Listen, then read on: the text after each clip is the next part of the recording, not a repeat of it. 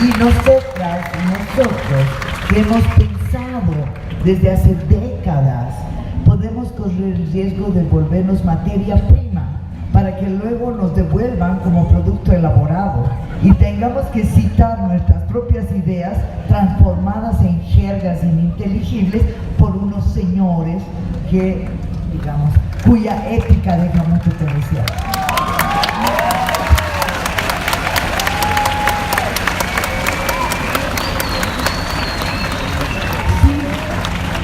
No se ve que lo que se ha pasado en estos años, lo que se llama globalización, el avance del neoliberalismo, es en realidad por gran parte un proceso de recolonización. Es un proceso de recolonización. Cuando, por ejemplo, el Fondo Monetario Internacional llega a un país del África, de la América Latina, ¿no? impone condiciones, ¿no? reformas de todo, de la instrucción, como propiedad de la tierra, ¿no? Cuando te impone de desvalorizar la moneda, de reorganizar tu economía en función de la exportación, ¿no? Entonces esto es colonialismo, ¿no? Las formas son diferentes. Yo llamo los del Fondo Monetario Internacional, del Banco Mundial, los nuevos conquistadores, ¿no? Como que llegan también con sus misioneros, porque hay esta secta fundamentalista, ¿no? Que dicen que si tú eres pobre es porque tú no eres bien, un pecador, o porque Satanás, hay personas en tu comunidad que están conspirando contra ti. Todo esto, estos son los nuevos misioneros. Entonces la conexión entre el pasado y el presente es muy directa, porque la estructura esencial del capitalismo no han cambiado. Despojo, explotación y con uso de la violencia de una forma o de la otra, son sistemáticos, son estructurales. Esto es importante, yo creo, para no ponernos, comprender cuál es el camino de lucha. Ajá. Ahora, sin embargo, no creo que podamos hablar de una continuidad a secas desde el siglo XVI hasta nuestros días.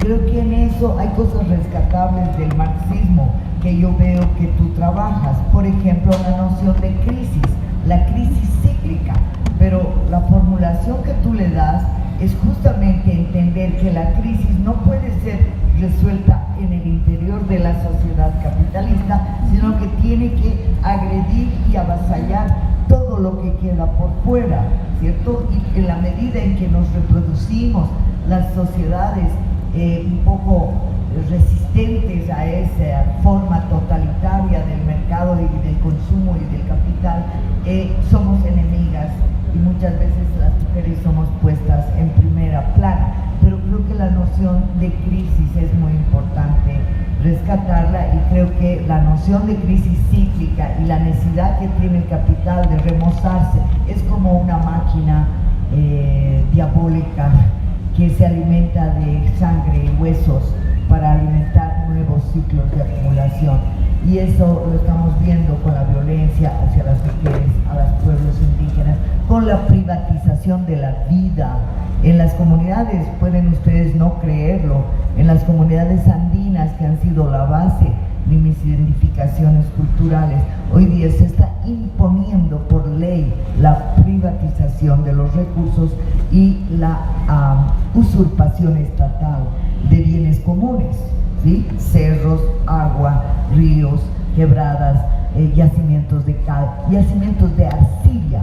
Han sido penalizados las extracciones de arcilla en las comunidades. Créanme o no, eso está pasando durante un pseudo gobierno indígena. El otro recurso que me parece clave para pensar el capital actual es la noción de fetichismo, que me parece que alude a las condiciones culturales y simbólicas actuales del capitalismo, que no es el mismo capitalismo donde su base material eran valores de uso y que se valorizaban a través del mercado y de la plusvalía, sino que hoy día son cada vez más valores intangibles. Entonces me gustaría saber si tú has trabajado un poco esto de la plusvalía como algo simbólico, como algo intangible y no solo como flujo de materialidades. Sí, bueno, quiero decir varias cosas. La primera cosa, la categoría de la crisis, ¿no? Que es una categoría importante y todavía muchas veces en el marxismo hay como una cosa bastante mecánica, ¿no? Que sí, está esta ciclicidad de la crisis. A pesar que me parece que mirando la historia del capitalismo, la crisis siempre es una respuesta, ¿no? Al ciclo de luchas que no pueden controlar, que van a subvertir el tazo de los intereses, ¿no? Entonces, que importante me parece ver que el capitalismo no es un sistema que se vuelve en sí mismo, que tiene una dinámica no sua autónoma, mas que se ha evoluido en los años, en los siglos, siempre como respuesta a luchas. Como ha dicho un famoso histórico francés, Duquesne, los patrones no cambian forma de dominación si no son obligados. Hasta cuando son capaces, ¿no?, de construir, acumular sus riquezas, no van a cambiar la medida de opresión. Y lo hacen cuando sí no pueden. Entonces, esta es la historia para mí del capitalismo. Siempre mirar, ¿no?, que cuando cambia, como la globalización es en verdad una respuesta, ¿no?, a la lucha de los años 50, la lucha de los años 60, etc., ¿no? Yo creo que esto es importante porque, ¿no?, nos ayuda a comprender también, ¿no?, las raíces y las formas de los cambios, ¿no?, de la economía capitalista, de la organización del trabajo. Porque cuando cambian de una forma que intenta cooptar las luchas, ¿no? Y así que muchas veces son capaces de responder, pero en forma parcial, ¿no? Entonces yo creo que sí, la crisis hay, pero a veces el capitalismo también ha aprendido a usar la crisis. Muchas veces crea crisis artificiales, ¿no?, como la crisis de la deuda. Es una crisis que ha sido construida. No estaba una crisis real de la deuda, la han construido, ¿no?, con manipulación del sistema monetario. Así que muchísimos países no podían continuar a pagar los préstamos que habían buscado. Entonces, sí, es claro que hemos usado nosotros también, ¿no?, las categorías, el fetichismo, el plusvalor, ¿no? Pero yo creo que es importante hoy, ¿no?, ver que es importante ir más allá del marxismo, ¿no? Es una herramienta que es importante para comprender aspectos de la economía global, de la explotación, ¿no? Pero tenemos que construir una mirada más amplia, una mirada que es construida a partir de la experiencia de los colonizados, la experiencia de las mujeres, ¿no? La experiencia también, a mí me gustaría, uno de los objetivos que yo tengo hoy es de escribir un libro sobre, ¿no?, una mirada al capitalismo desde los niños y la niña, que ha sido la historia de la infancia en el capitalismo, ¿no? Entonces, esto es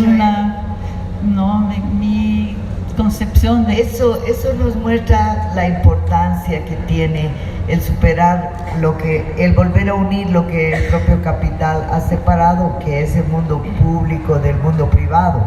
Y el saber también de que dentro de nuestro, entre comillas, pequeño mundo de la cocina se produce filosofía y se produce cuidado de la vida.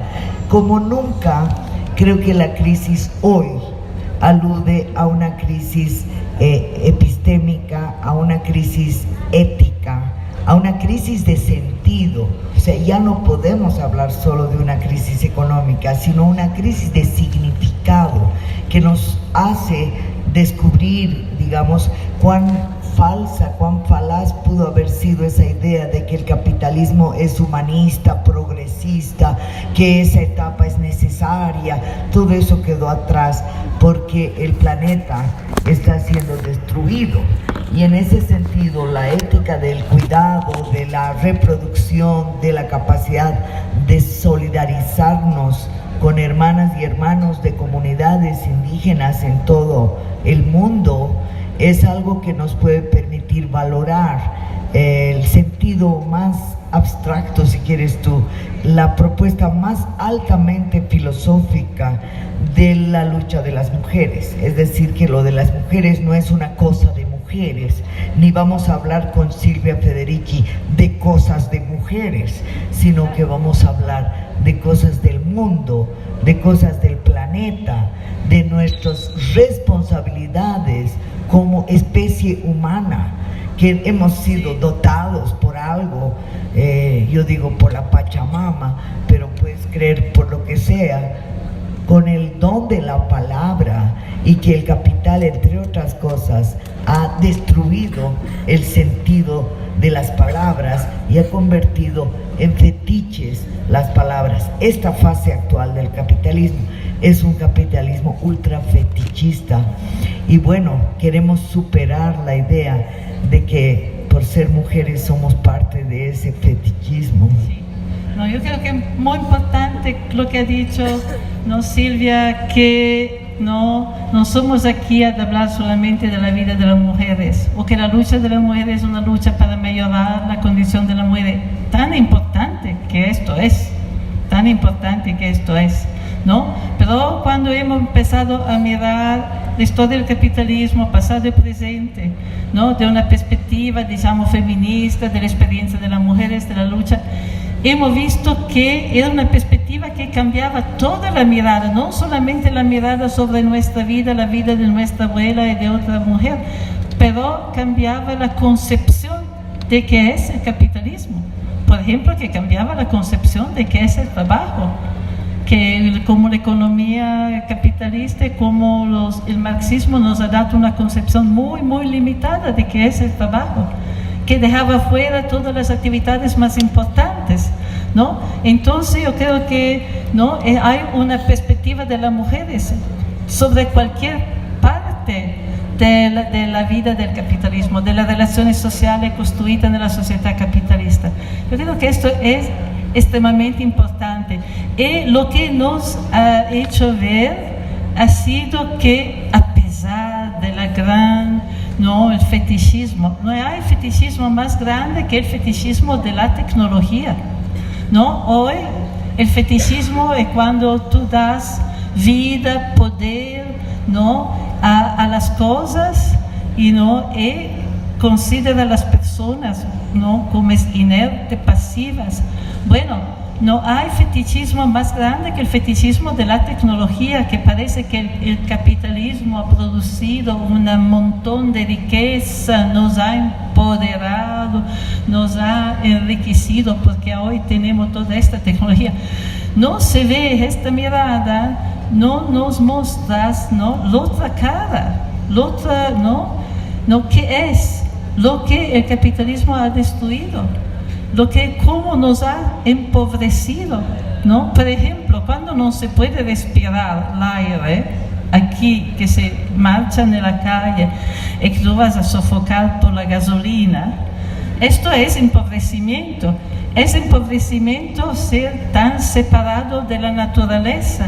Estaban generaciones de personas, ¿no?, que tenían todo un conocimiento, una sabiduría que llegaba de su relación cotidiana con la naturaleza, con los mares, los ríos, el aire, ¿no?, los elementos de la natura, y no estaban capaces de comprender cuando lleva a lluviar, porque, y como ha dicho Vandana Shiva, que vas a llegar aquí, ha dicho una cosa muy, muy importante. Ella ha dicho, fíjate, todas las civilizaciones, las culturas, las religiones más importantes del mundo, ¿no?, han crecido en lugar donde la gente tenía una relación muy estrecha con la naturaleza. ¿Por qué naturaleza? Por ejemplo, una foresta.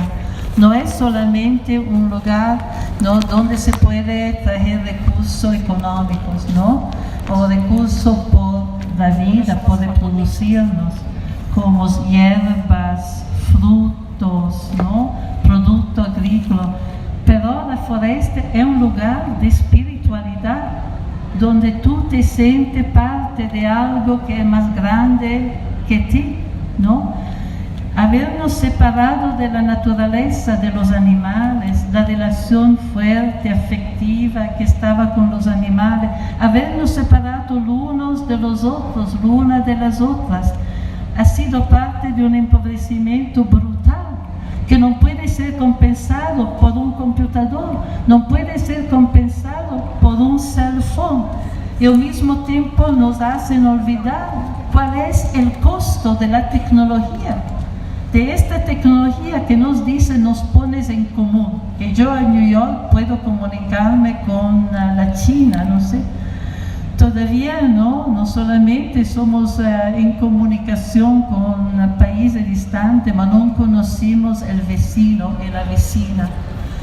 Pero en segundo lugar, este presunto juntamiento se paga al costo de la destrucción de muchas tierras comunales que son destruidas por el extractivismo para producir los minerales que sirven por las computadoras, para, ¿no?, la iPad, etcétera, etcétera.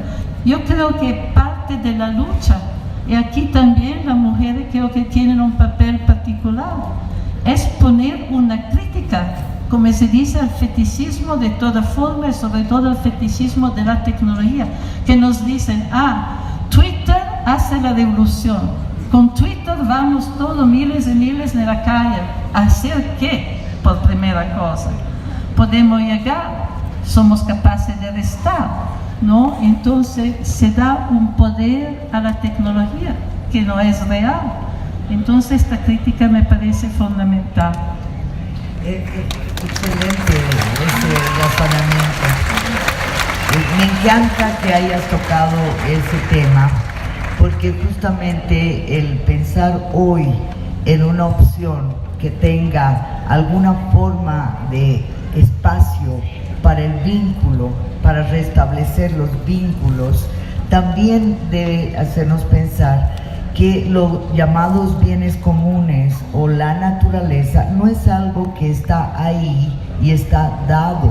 Por ejemplo, los bosques amazónicos han sido saqueados. En el caso de mi país, el grueso de la madera Mara se ha ido a la empresa de Donald Trump de construcciones. Entonces, este saqueo hace pensar que ese bosque alguna vez fue virgen y tenía Mara, pero los biólogos han estudiado que la Mara es producto de la uso selectivo del bosque, es decir, que la Mara no nació ahí porque sí, sino que fue resultado de la acción humana milenios atrás. Entonces pasa que pensando, extrapolando, como tú haces, del pasado al futuro, que nosotros en Aymara le llamamos Cape Naira, es una metodología de pensar cómo nos ilumina el pasado, yo pienso que también tenemos la obligación de crear bienes comunes, de recrear vínculos, amor, irradiación de cariño, de protección a las hermanas que están en riesgo de tanta fuerza maligna que nos persigue, pero a la vez también de crear una suerte de memoria común de haber logrado sobrevivir. Y creo que eso se puede hacer también en las ciudades. Es decir, están destruyendo los ríos, los bosques, pero a nosotros en las ciudades nos están destruyendo el alma, que es, yo creo, un valor demasiado grande, y la capacidad de amor y la capacidad de cuidado de las y los demás. Yo creo que tiene que ser valorada como un hecho cósmico y como un hecho político, y no solo como un hecho de, ay, cosa de mujeres. Sí, cosa de mujeres, cosa de alta política, cosa de mujeres, cosa de alta filosofía. Y por eso ser mujeres es superar la noción de cosa, ¿sí? Y saber que el ser humano reside en nosotros, en nuestra capacidad de crear, de recrear, pero también de pensar, ¿sí? No solo pues, varoncitos, ayúdennos a lavar los platos, sino también a pensar filosofía.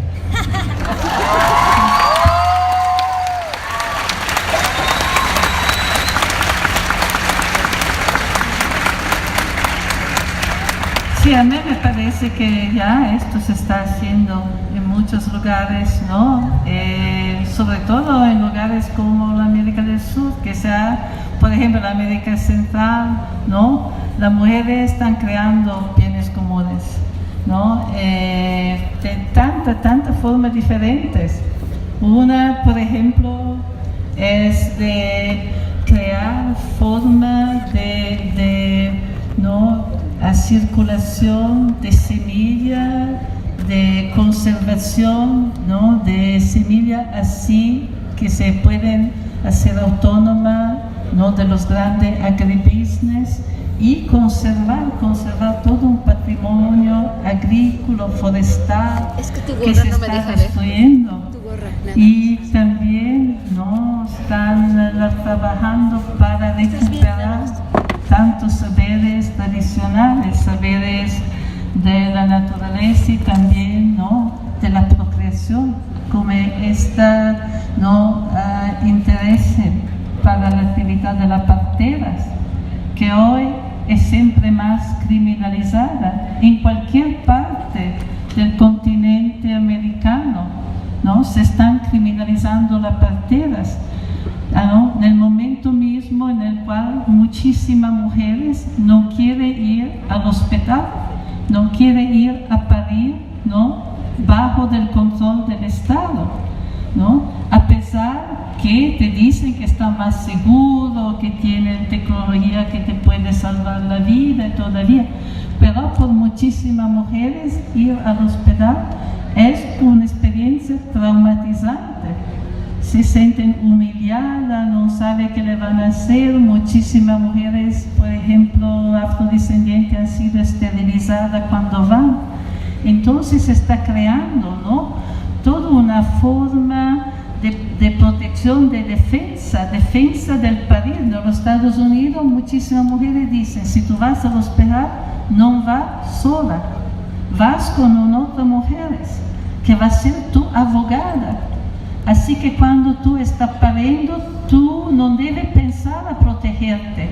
Tú puedes concentrarte sobre los ritmos de tu cuerpo, sobre esta experiencia tan importante que tú estás viviendo, ¿no? Y no debes preocuparte que el doctor te va a cortar las tubas, o que te va, ¿no? a dar cosas, o que te insulte, etc., ¿no? Entonces yo creo que esto ya está pasando, y también, ¿no?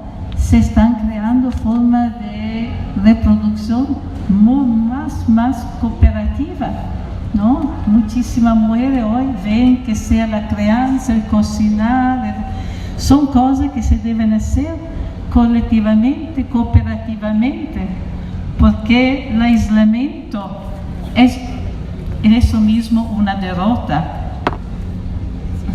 Sí, eso pone el dedo en la llaga en un problema que en el sur estamos también viviendo. Sí, la lucha contra la penalización y criminalización del aborto, que ha sido muy movilizante, ha sido extremadamente valiosa para todas y todos. Sin embargo, tiene que continuar, porque las leyes se hacen para encuadrar, controlar, normalizar nuestros cuerpos, nuestras demandas, nuestras luchas. Y yo me temo que el despatriarcalizar a la profesión médica es lo que toca de seguir luchando, porque si vamos a entregar la decisión y el trabajo sobre nuestros cuerpos a la biomedicina o a la medicina alopática, y al hospital estatal, vamos a seguir, si no logramos cambiar la mentalidad de la profesión médica y de convertir esa profesión en algo que se practica conjuntamente con la persona que está sufriendo cualquier condición, vamos a seguir siendo sometidas a una intervención de control sobre nuestros cuerpos y sobre nuestros deseos, que es altamente destructiva, ¿no? Entonces eso me permite mirar el tema de las leyes, ¿sí? Todo multiculturalismo, toda despatriarcalización que se apoya solo en una que otra medida legal hace aguas al poco tiempo. Si quienes son los encargados de los operadores de esa ley van a ser los mismos de siempre, con los mismos prejuicios de siempre, con el mismo patriarca colonizador instalado en su subjetividad. Entonces creo que hay todo un campo de lucha cultural muy importante, y por eso sí yo valoro que estemos aquí juntas dando esa pelea, ¿no? Y hablando de cosas que son precisamente lo que le quedó en el tintero a la crítica al capitalismo que desarrolló el marxismo, ¿no? Sí, por ejemplo, en el marxismo nunca se habla de la procreación, nunca se habla del parir, ¿no? Esto parece que sea algo fuera de la acumulación capitalista, ¿no? Bueno, no está un análisis, muchas veces más, ¿no? En el capital habla que, bueno, los capitalistas cuando necesitan nuevos trabajadores pueden hacer confianza en el instinto de preservación de los trabajadores, en el instinto de preservación.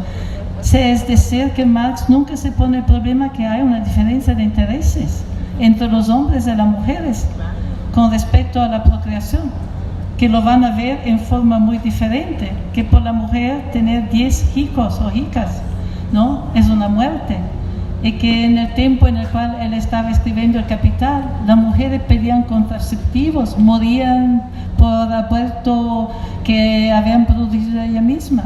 Entonces, ¿no?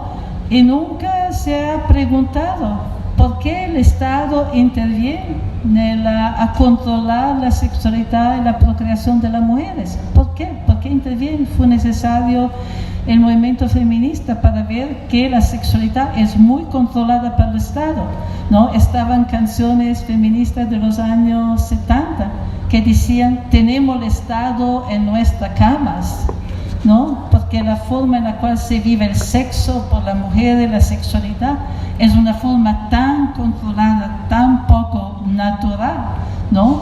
Que se puede hablar del sexo, ¿no? Del cuarto, del estado de la cama.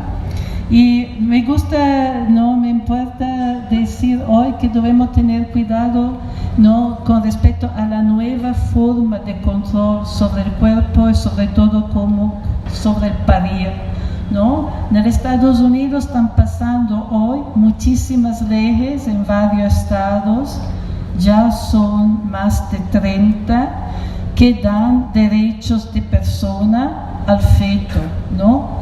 Entonces el feto hoy tiene tantos derechos que destruyen los derechos de la mujer, que destruyen el derecho de la madre.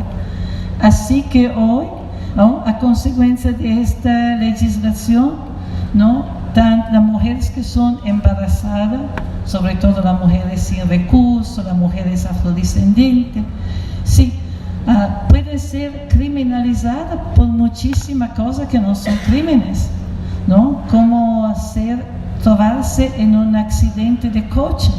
Tú has puesto en riesgo el feto. Como buscar medicamentos que pueden tener efectos sobre el embarazo. Te pueden acusar de homicidio. Como rechazar de parir con el parto cesáreo. Hoy en los Estados Unidos ya están cientos y cientos de mujeres que han sido condenadas por su conducta cuando estaban embarazadas, porque su conducta era considerada peligrosa por la vida del feto. Esta es una hipocresía enorme, porque cuando el feto se transforma en un bebé, cuando el feto nace, ¿no?, se olvidan completamente de su bienestar. No te dan nada, no te ayudan nada.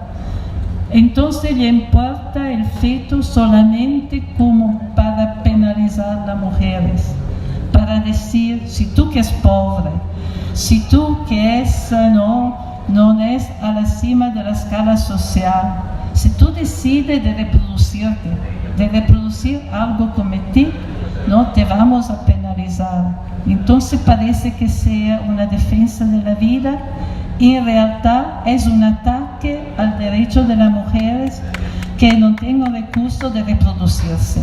Y yo creo que es importante verlo porque, como se ha dicho, la forma de control cambia, ¿no? El racismo continúa, ¿no? La decisión del Estado de controlar quién va a reproducirse y quién no va, continúa, pero siempre con forma diversa. Y hoy los derechos del feto. Sí. Bueno, como está mencionando mi tocaya, esta dinámica parece una regresión hacia siglos atrás. Sin embargo, creo que es necesario tener la lucidez para identificar las nuevas violencias del capital y del Estado, para establecer además qué magnitud de problemas estamos enfrentando.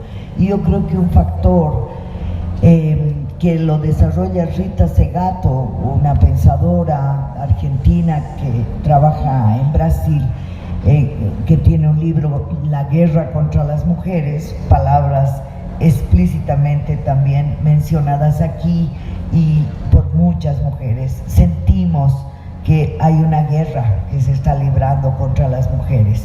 Eso es una instancia, pero como en toda guerra habría que desmitificar, porque una guerra se pelea entre dos bandos armados.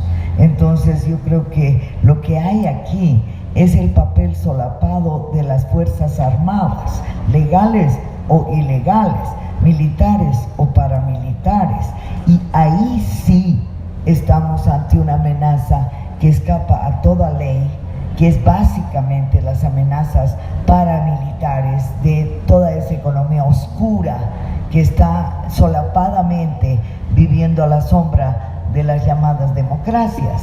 Entonces ahí yo creo que uno de los elementos que tu trabajo y el mío, desde un muy otro ángulo, contribuyen a poner en el tapete es la necesidad de alianzas entre mujeres, pueblos indígenas y pobladores urbanos empobrecidos, sobre todo el mundo juvenil urbano, que es el que está siendo convertido en desechables y para quienes quizás en un futuro no muy lejano la única opción laboral va a ser incorporarse al ejército o a las bandas paramilitares. Entonces, ante eso, yo creo que las redes de alianza, las redes de afecto y las capacidades interculturales que tenemos por la larga historia que nos precedió, pueden ser un camino de esperanza, porque si nos atenemos a los diagnósticos de tu libro y a los diagnósticos de Rita Segato, estaríamos frente a un monstruo imposible de detener. Pero yo sí creo que es posible de luchar. Y por último, aún sin esperanza, la ética nos mueve a seguir luchando, ¿no? Entonces yo quisiera que en este panorama oscuro podamos ver alguna luz. Sí, yo veo luz porque para mí la violencia siempre es una violencia que es motivada por la resistencia, por la defensa, por la incapacidad de conseguir, ¿no?, la intensidad, la forma de explotación que quieren, sin usar la violencia, ¿no? Entonces yo creo que es importante siempre ver, una cosa que yo he dicho siempre, de ver la otra cara de la violencia, de ver que la violencia responde también a la presencia muy grande de grandes redes de lucha. Y bueno, quiero que vamos a concluir más o menos para ahora. Es un diálogo que continúa de tanta forma, ¿no? Me preocupa de decir que a Nueva York, yo vivo en Nueva York, ¿no? Que prácticamente es una ciudad que no es americana, está gente de todo el mundo y sobre todo de la América del Sur, mexicano. Bueno, tenemos un grupo de compañeras, varias de ellas que llegan, una del Uruguay, del Paraguay, de la España. Hemos decidido, ¿no?, para contribuir a comprender esto surge de violencia, que es un fenómeno global, que tiene formas particularmente atroces, ¿no? En América dicha Latina y en África. En África hay una nueva casa de brujas. Se están ahora matando de varios años muchísimas mujeres, sobre todo mujeres mayores, acusándolas de ser brujas. Hemos visto con investigación que se ha conectado mucho al ataque, ¿no?, a los regímenes comunitarios de la tierra, a la privatización, titulización, ¿no?, privada de la tierra, y a los cambios producidos en las comunidades para la globalización.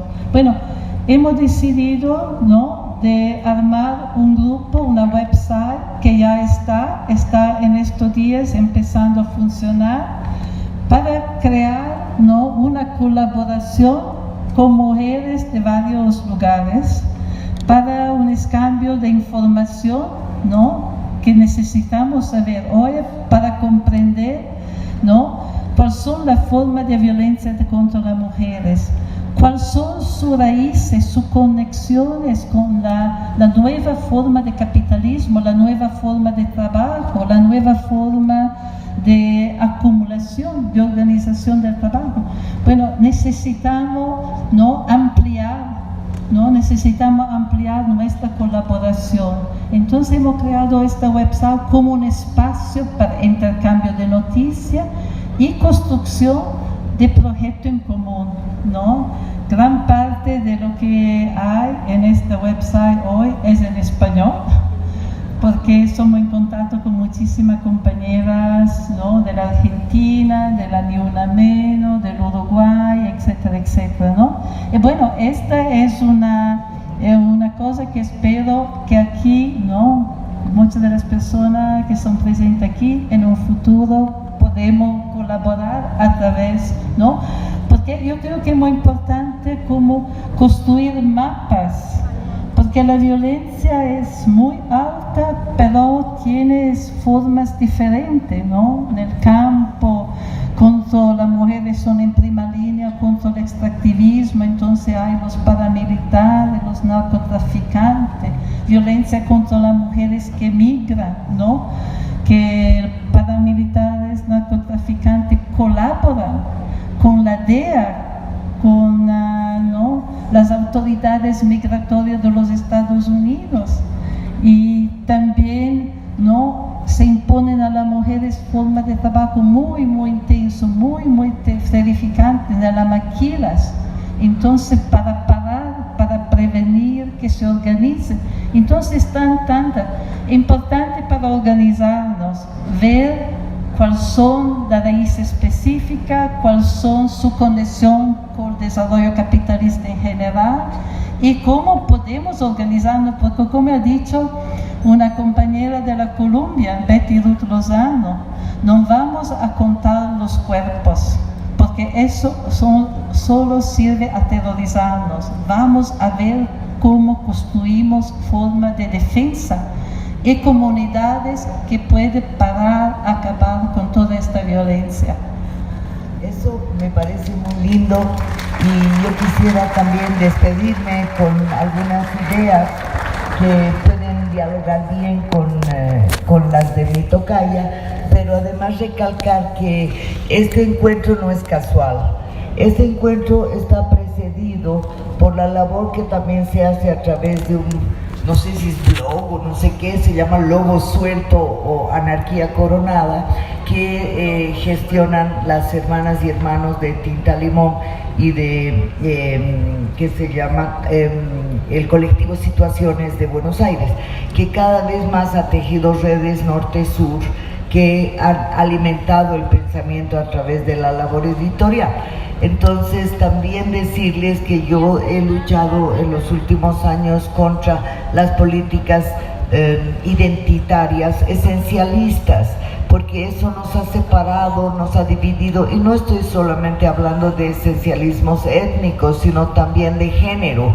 Yo he visto cómo se pelean mucho entre las siglas de T, G, L, B, H, J, que se me hace un despelote cuando hay tejidos de alianza entre todos ellos, magnífico, pero cuando lo que hay es animadversiones y desconfianzas, estamos dándole armas al enemigo.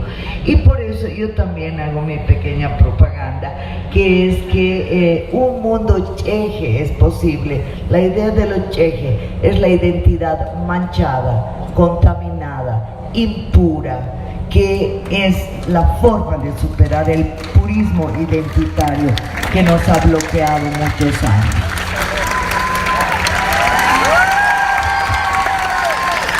Muchísimas gracias.